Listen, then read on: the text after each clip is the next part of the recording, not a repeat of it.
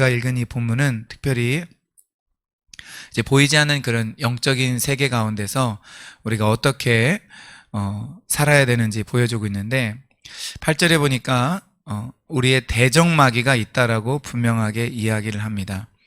이 대적이라는 말은 사실은 이 대적이라는 말의 헬라어를 보면은 이제 옳다라는 것에 반대요. 그리고 어떤 법정에서 반대자라는 그런 의미를 이 단어 자체가 가지고 있습니다. 그래서 이 법정에서 우리를 반대자는, 법정에서의 반대자는 고발하는 자잖아요. 그래서 마태복음 5장 25절에서는 고발하는 자로 나옵니다. 그래서 너를 고발하는 자와 함께 길에 있을 때 급히 사와하라. 그러니까 이때는 사람이죠.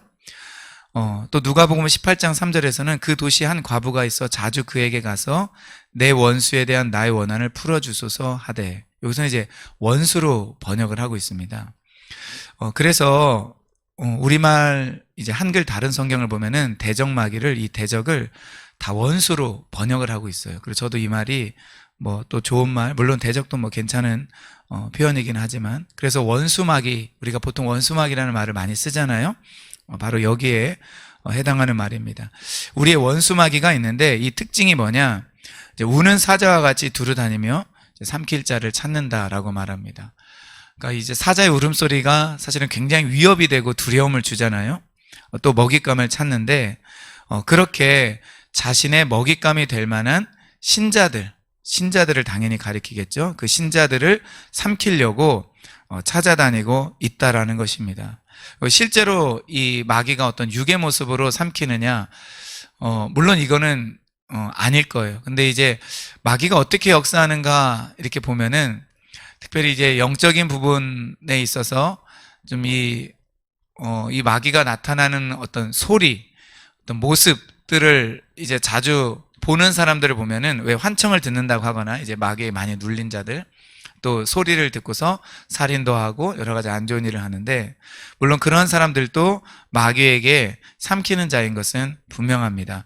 그러나 이제 마귀에게 삼킨다라는 것은 꼭 그런 의미만 있는 것이 아니라 마귀가 주는 어떤 생각, 또 마귀가 주는 감정들, 예를 들면은 낙담이나 우울이나 불안함이나 염려들, 또 분노, 저는 이런 것도 다 마귀가 주는 감정의 일부분이라고 생각을 하거든요. 물론 우리에게서 표현되는 감정이기도 하지만, 사실은 말씀을 볼 때 이 대적마귀, 원수마귀는 그러한 생각과 감정들을 통하여서 우리를 무너뜨리려고 한다라는 것입니다.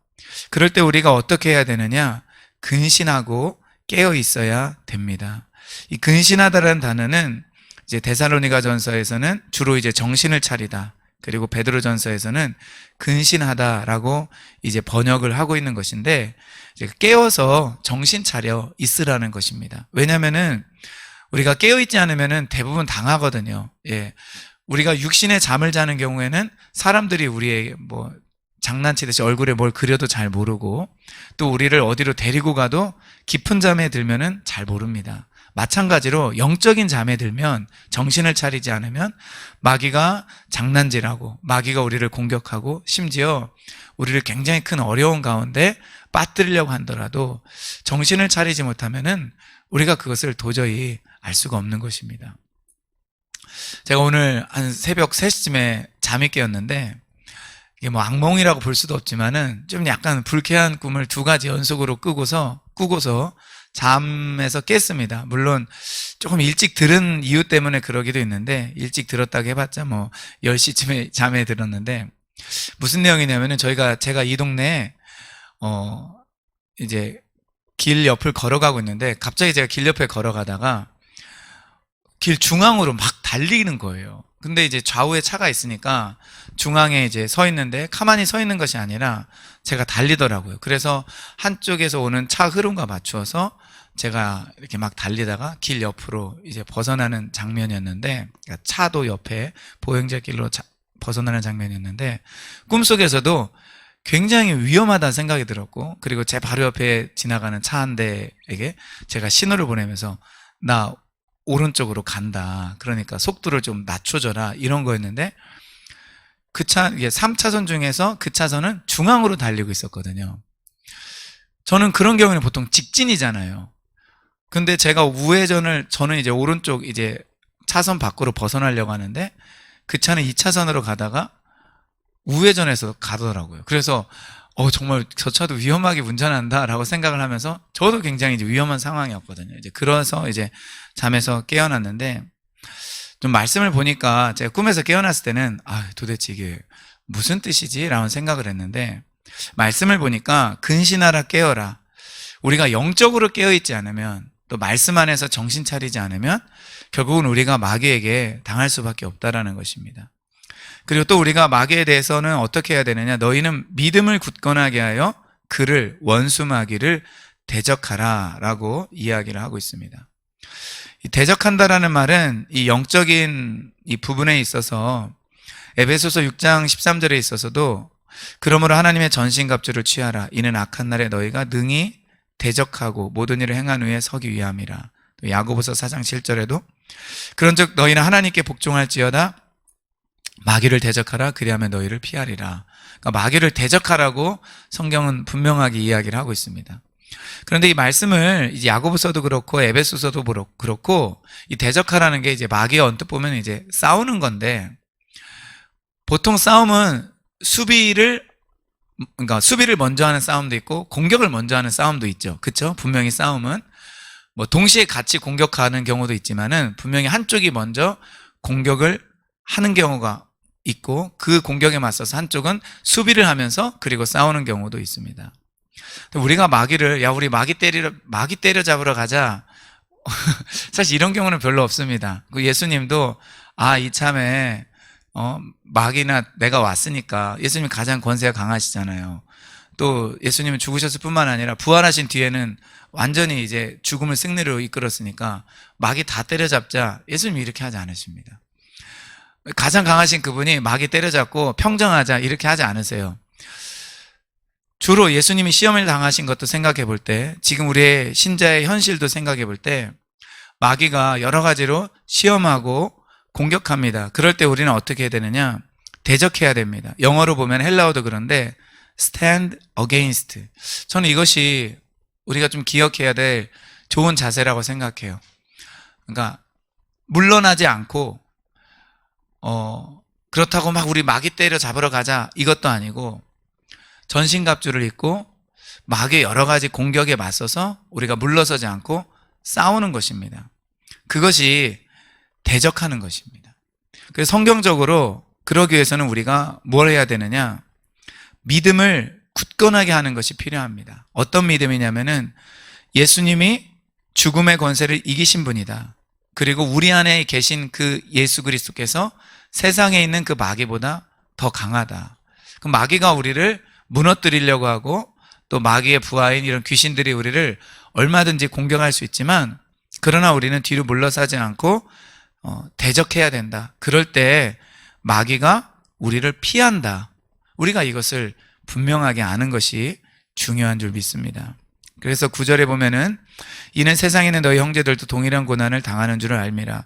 우리 개역개정은 이것이 이유인 것처럼 이는 알기 때문이다 라고 이렇게 번역을 했지만 실제 헬라어를 보면 다른 이제 한글 번역을 참고해 보면은 이렇게 번역하는 것보다 그를 대적하라 안다 라고 그냥 그 정도로 번역을 하는 게 좋은 것 같습니다. 세상에 있는 너희 형제들도 동일한 고난을 당하는 줄을 알면서 이렇게요.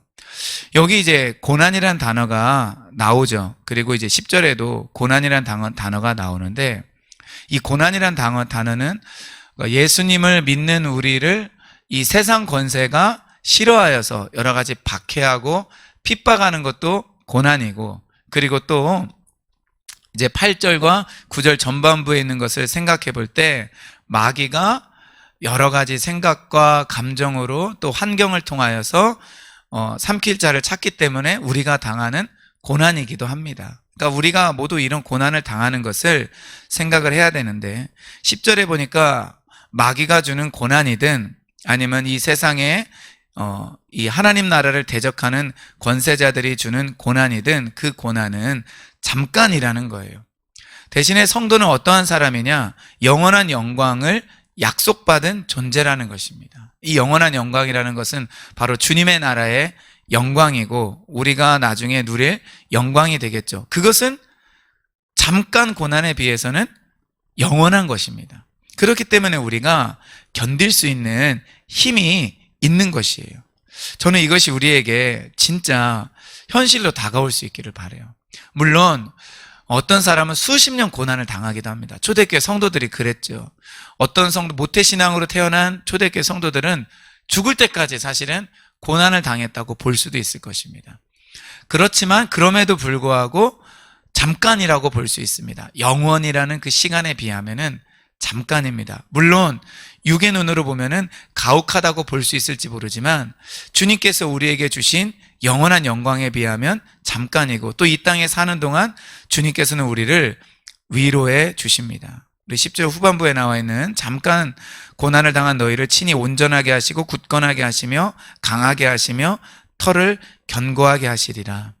이 말씀은 우리가 고난을 잠깐 당하고 난 이후에 아들의 형상을 받고 닮고 또 온전해진다 이렇게 해석할 수도 있지만 저는 이것은 우리의 죽음 이후에 육신 이후에 좀 삶이라고 해석을 할 수도 있을 것 같습니다. 우리가 온전하게 될 것이고 굳건하게 될 것이고 강하게 될 것이고 터가 견고해지게 될 것이라는 겁니다. 그러면서 11절에 권능이 셋에 무궁하도록 그에게 있을지어다. 아멘. 이 권능이 주님께 있습니다. 마태복음에 보면은 나라와 권세와 영광이 아버지께 영원히 있기를 원합니다. 그런 기도를 하라고 예수님이 가르쳐 주시는데 거기에 나와 있는 이 권세는 사실 이제 보통 우리가 디나미스라고 아마 들어보셨을 거예요. 어떤 파워로 번역되는 그런 권능이기도 합니다. 또 여기에 나와 있는 권능도 사실은 그런 의미를 가지고 있습니다. 그리고 이제 헬라어에 이제 엑수시아라고 해서 권세를 가지고 있는 권세라고 이제 표현되는 그런 단어도 있는데 아무튼 이 권세, 권능, 능력이 우리 셋에 무궁하도록 은혜의 하나님 그분께 있기 때문에 우리가 담대할 수 있는 것입니다. 이제 12절에 보면은 실로아노가 나와 있습니다. 이 실로아노는 이제 사도행전에 보면은 바울의 2차 전도여행과 동행한 신라를 가리키는 것입니다. 이제 신라는 그리스어 이름이고 이거의 라틴어 표현이 실로아노라고 해요. 그런데 이 실로아노는 이제 바울과 동역했을 뿐만 아니라 베드로와도 동역을 하고 함께 했던 것 같습니다. 또 13절에 보면은 바벨론에 있는 교회 이렇게 나오는데 이 바벨론은 우상의 기지를 의미하죠. 그렇기 때문에 로마로 볼 수 있습니다. 그래서 로마에 있는 여러 교회가 너희에게 문안한다. 이제 로마에 있는 교회가 너희에게 문안한다. 이렇게 해석이 가능하고 마가를 뭐라고 하냐면 베드로는 자기의 아들, 영적인 아들 마가라고 표현을 합니다. 즉, 이 마가가 1차 전도여행 때 이제 바울과 바나바에게서 이제 떨어져 나왔기 때문에 2차 전도여행 때 바울은 이 마가와 같이 동행하기를 원치 않았죠. 그래서 이것 때문에 이제 바나바와 갈라서서 바울이 신라와 2차 전도여행을 가게 되었는데 그래서 사람들이 궁금해요. 이 마가는 나중에 어떻게 되었는가. 근데 이 마가가 이제 베드로의 아들이라고 표현되어 있고 보통 성경에 나와 있는 마가복음의 저자를 바로 이 마가로 보고 있습니다. 그렇기 때문에 여기에 나와 있는 이 신라 마가를 통해서 우리가 알 수 있는 것은 우리가 끝까지 좀 예수님의 제자로 서는 것이 필요하고 또 우리가 뭐 베드로의 제자이든 또 바울과 동역하든 우리가 여러 믿음의 사람들과 사실 함께 동역하는 것이 우리에게 더 안전하다라는 것을 우리가 생각해 볼 수가 있는 것입니다. 그래서 집사님이 우리 교회 성도이고 담임 목사님이 저이긴 하지만 사실은 좋은 영적인 더 많은 어떤 목회자들이나 동역자들을 알면은 사실은 우리 신앙생활을 더 견고케 할 수 있고 저는 그것이 더 안전하다라고 볼 수가 있습니다. 오늘 이제 말씀을 이렇게 나누었는데 이제 베드로는 평강을 기원하면서 베드로 전서를 끝내고 있습니다. 우리가 분명히 기억해야 될 것은 우리가 영적인 전쟁을 할 때 반드시 정신을 차리고 깨어 있어야 된다. 그리고 그것은 다른 것이 아니라 저는 말씀이라고 생각해요. 그리고 기도라고 생각을 합니다. 이 말씀과 기도에 있어서 우리가 깨어있지 않으면 여러 가지로 공격하는 마귀를 이길 수 없기 때문에 이 마지막 시대 때 우리가 승리하고 그리고 영원한 영광에 우리가 들어갈 수 있기를 주의 이름으로 축원드립니다.